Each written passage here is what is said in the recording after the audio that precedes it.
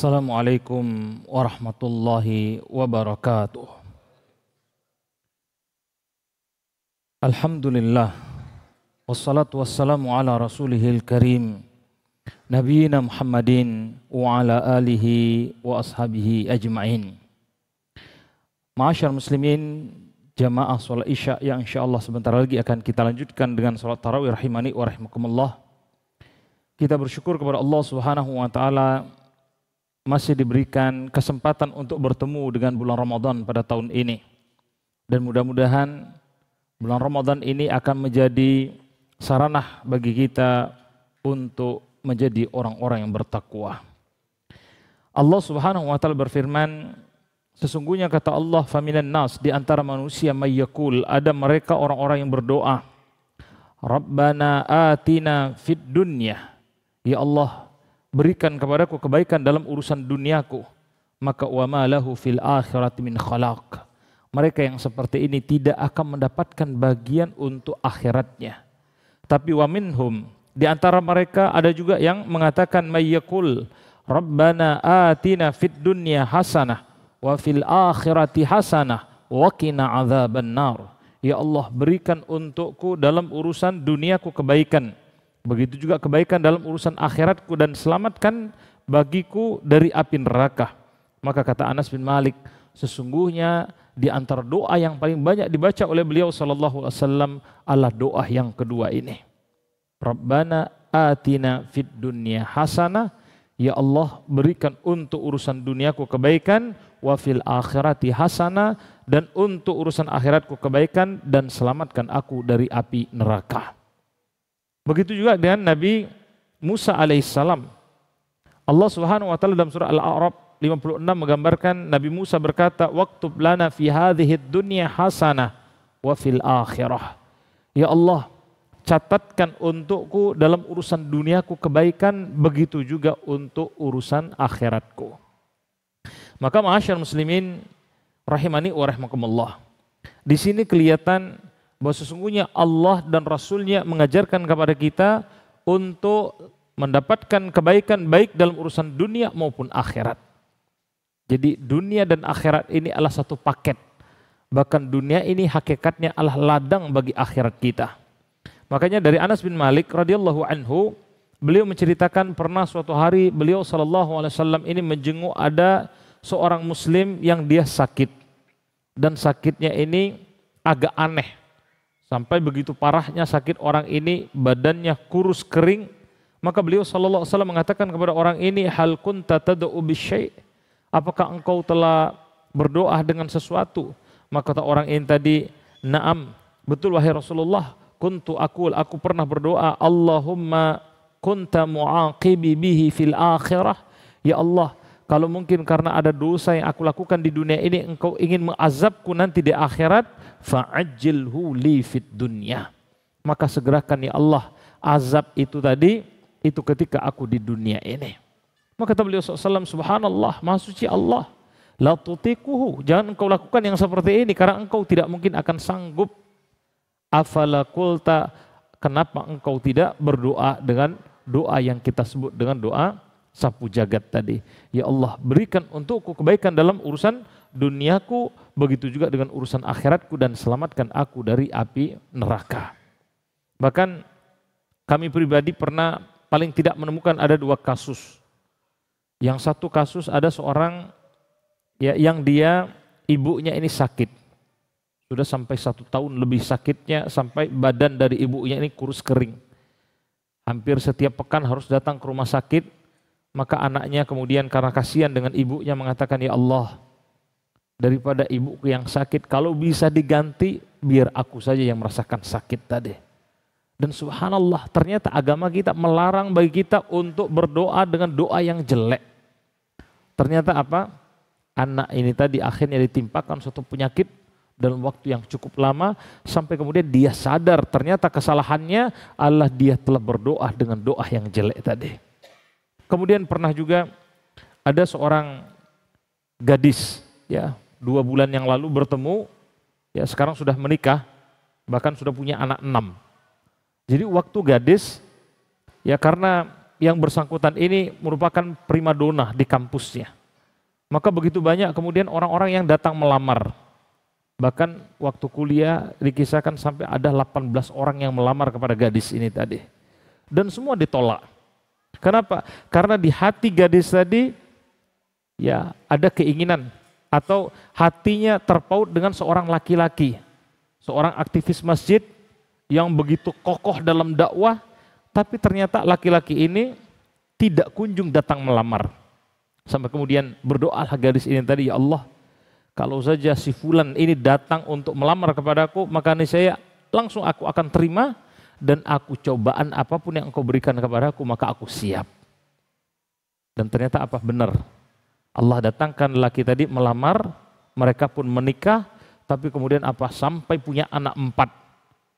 Itu masalah yang satu, dan berikutnya itu silih berganti datang.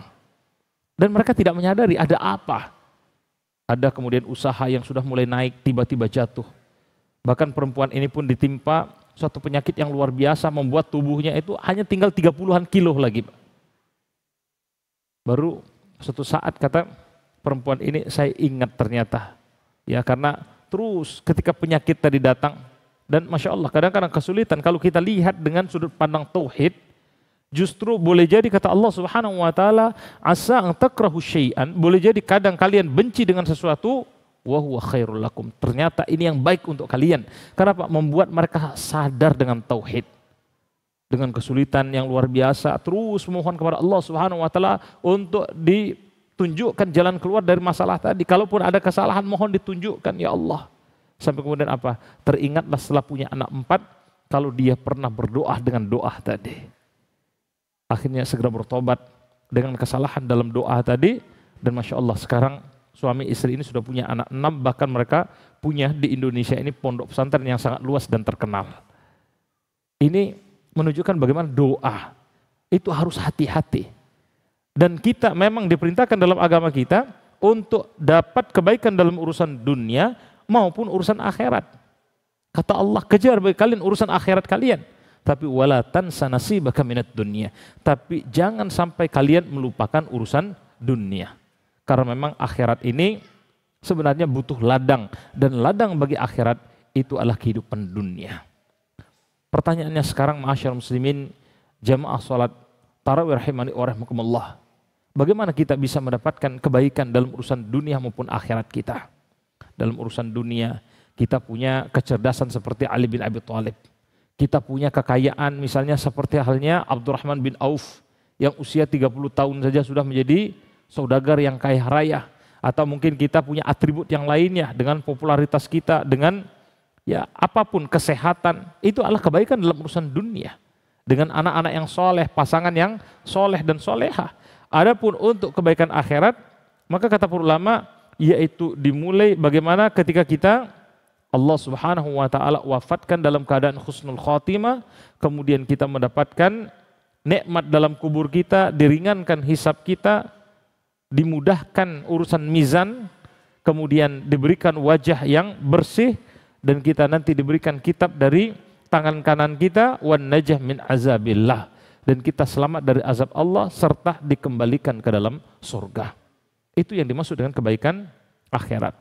Maka ternyata paling tidak ada beberapa hal kalau kita ingin mendapatkan kebaikan dunia maupun akhirat kita.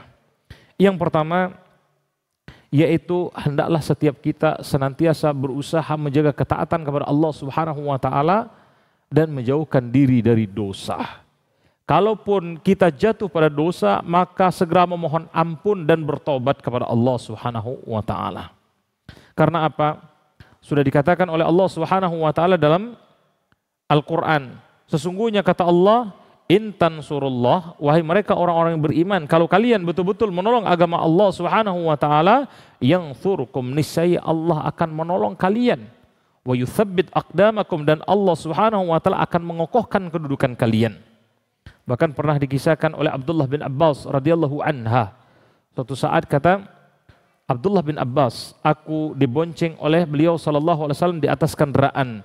Maka Rasulullah mengatakan, ya gulam, wahai anak kecil, inni u'allimuka kalimat, aku ajarkan kepada engkau beberapa kalimat, Salah satunya yaitu ihfazillah yahfazka. Engkau jaga Allah, maka pasti Allah Subhanahu wa taala akan menjaga engkau.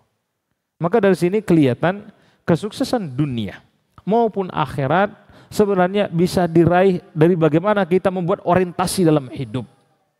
Bagaimana kita betul-betul menjadikan hidup kita ini terpaut dengan akhirat, senantiasa punya orientasi untuk mendapatkan redha dari Allah Subhanahu wa taala. Karena kata beliau sallallahu alaihi wasallam, "Man kanatil akhirah hammahu." Siapapun mereka yang memang akhirat sudah menjadi cita-citanya, ja'alallahu al-ghina fi qalbih. Allah akan jadikan kekayaan pada hatinya. Wa jama'alahu syamlahu. Allah akan kumpulkan urusan orang ini. Wa yu'tid dunya wa hiya raghimatun.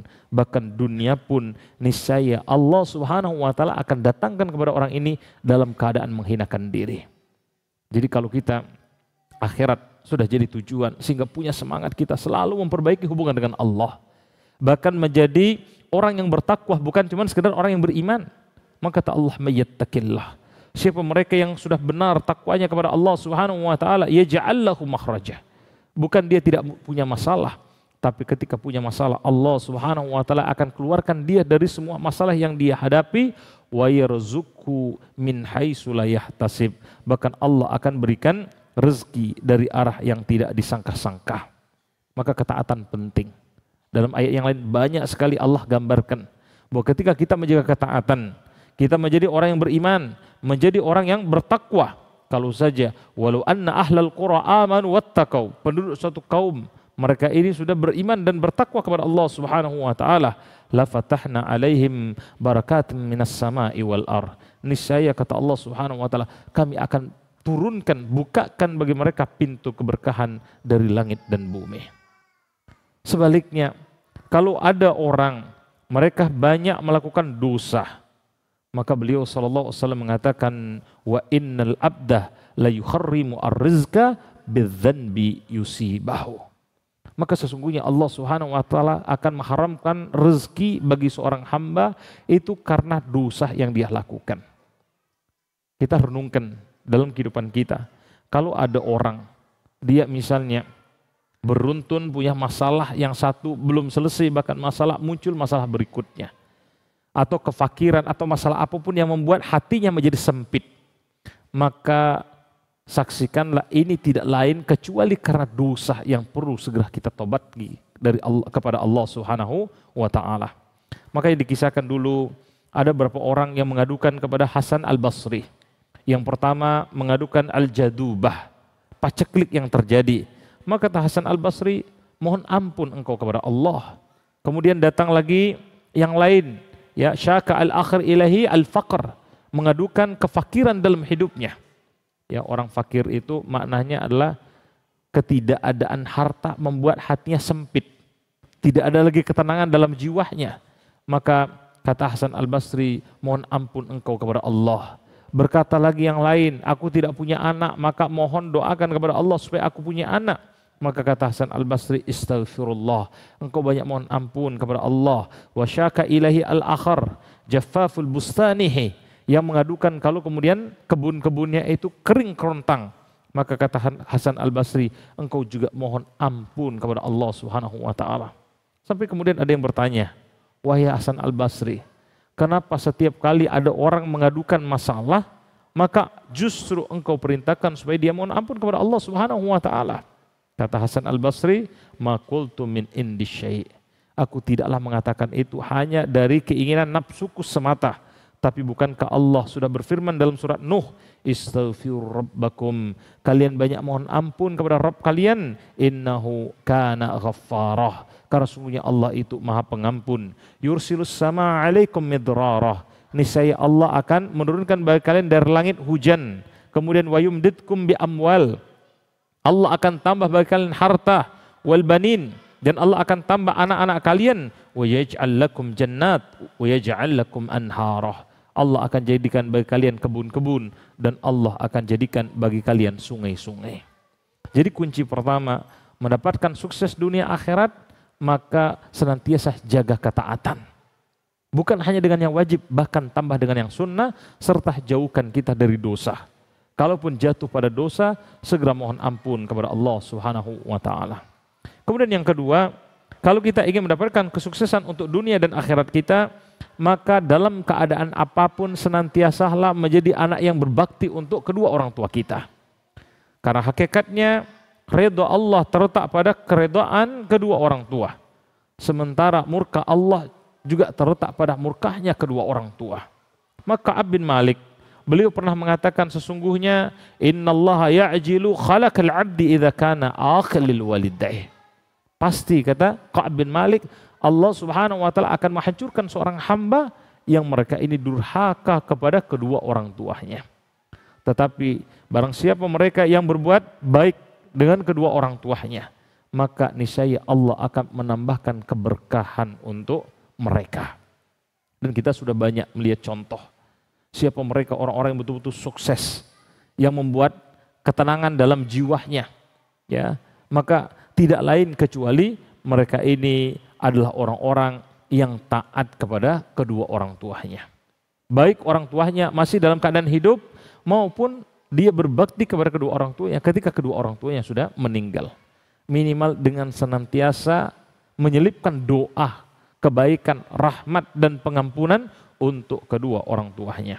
Kemudian yang ketiga, untuk mendapatkan kesuksesan dunia dan akhirat, ma'asyar muslimin jamaah salat tarawih rahimani wa rahimakumullah, maka seseorang itu harus senantiasa fokus memperbaiki dirinya. Rasulullah katakan ibda' binafsik. Segala sesuatu itu dimulai dari diri sendiri. Selesaikan urusan kita secara pribadi, kemudian berusaha untuk menebarkan kebaikan dimanapun kita berada. Maka kebaikan dalam diri sendiri, menurut Ibnu Khaldun, kita itu punya beberapa potensi. Ada potensi intelektual, maka harus kita kembangkan. Ada potensi ruh, maka harus kita jaga. Fisik kita adalah potensi yang ini merupakan amanah yang harus kita juga jaga. Mungkin dengan makanan, dengan olahraga, dengan istirahat. Begitu juga dengan potensi sosial kita, hubungan kita dengan orang lain. Jadi harus berusaha kita dalam hidup melakukan yang terbaik dan berusaha menjadi semakin lebih baik. Karena ketika kita sudah menjadi pribadi yang cerdas secara intelektual, ruh kita ini bersih, kemudian jasad fisik kita kuat, kemudian sosial bagus, insya Allah kita akan bisa menebar manfaat yang banyak. Dan beliau SAW mengatakan khairun nas anfa'uhum linnas. Manusia yang terbaik yaitu manusia yang paling banyak memberikan manfaat untuk orang lain. Kemudian yang terakhir, ma'asyar muslimin jamaah salat tarawih rahimani wa rahmakumullah. Karena hakikatnya kita ini adalah makhluk yang lemah. La haula wala quwwata illa billah. Tidak ada daya, tidak ada kekuatan kecuali hanya milik Allah. Maka kita boleh tadi melakukan berbagai upaya, berbagai usaha. Tetapi sebenarnya Allah lah yang menentukan segalanya. Dan seorang mukmin karena tahu bagaimana kekuasaan dan kekuatan dari Allah Subhanahu wa taala, maka dia menjadikan ad-du'a sillatul mukmin. Doa itu sebagai senjatanya. Maka dalam menjalani kehidupan ini, jangan pernah kita hanya bergantung dengan diri kita. Bahkan termasuk dalam zikir pagi dan sore kita katakan kepada Allah Subhanahu wa taala, wahai Rabb, wala takilni nafsi tarfatan ain. Bahkan jangan engkau tinggalkan diriku ini untuk diriku sendiri, mengandalkan diriku kepada diriku sendiri tarfatan ain, meskipun hanya sekejap mata. Tapi kita harus selalu mohon kepada Allah Subhanahu wa taala. Bahkan ketika kita sudah berdoa, apa yang orang lain mungkin secara zahir akan mengatakan tidak mungkin. Seperti tadi ada penyakit yang ditimpakan kepada dua orang tadi, kami tahu persis ya bahwa dokter sudah memvonis ini adalah penyakit yang tidak ada obatnya. Tapi Masya Allah ketika manusia bilang tidak mungkin, bagi Allah kun fayakun. Jadi maka jadi. Orang sudah bilang, oh ini tidak mungkin sembuh, sembuh. Bahkan kami pernah ada teman waktu kuliah dulu, waktu S1 tahun 2003. Dia divonis oleh dokter usianya perkiraan itu tinggal 2 bulan lagi kena kanker darah. Maka dia gunakan waktu yang secara medis dikira tinggal 2 tahun lagi untuk banyak kemudian mendekatkan diri kepada Allah Subhanahu wa taala. Bahkan dia semakin intens dengan Al-Qur'an, bahkan sampai Masya Allah sekarang hafal 30 juz Al-Qur'an orangnya. Tahun 2003 sampai 2004, 21 tahun Yang dulu dokter secara medis mengatakan usianya perkiraan tinggal 2 bulan lagi, sekarang masih hidup dan punya anak, punya keluarga, dan bahkan hafal Al-Quran. Maka disinilah seorang mukmin dalam setiap urusan dia senantiasa kemudian melakukan yang terbaik, berusaha menjadi semakin lebih baik, kemudian apapun hasilnya dia tawakal dan serahkan semuanya kepada Allah Subhanahu wa taala. Insya Allah dengan cara seperti ini kita akan mendapatkan kesuksesan baik dalam urusan dunia kita maupun akhirat kita. Semoga yang kami sampaikan ada manfaatnya. Kami akhiri, subhanakallahumma bihamdika asyhadu an la ilaha illa anta astaghfiruka wa atubu ilaih. Assalamualaikum warahmatullahi wabarakatuh.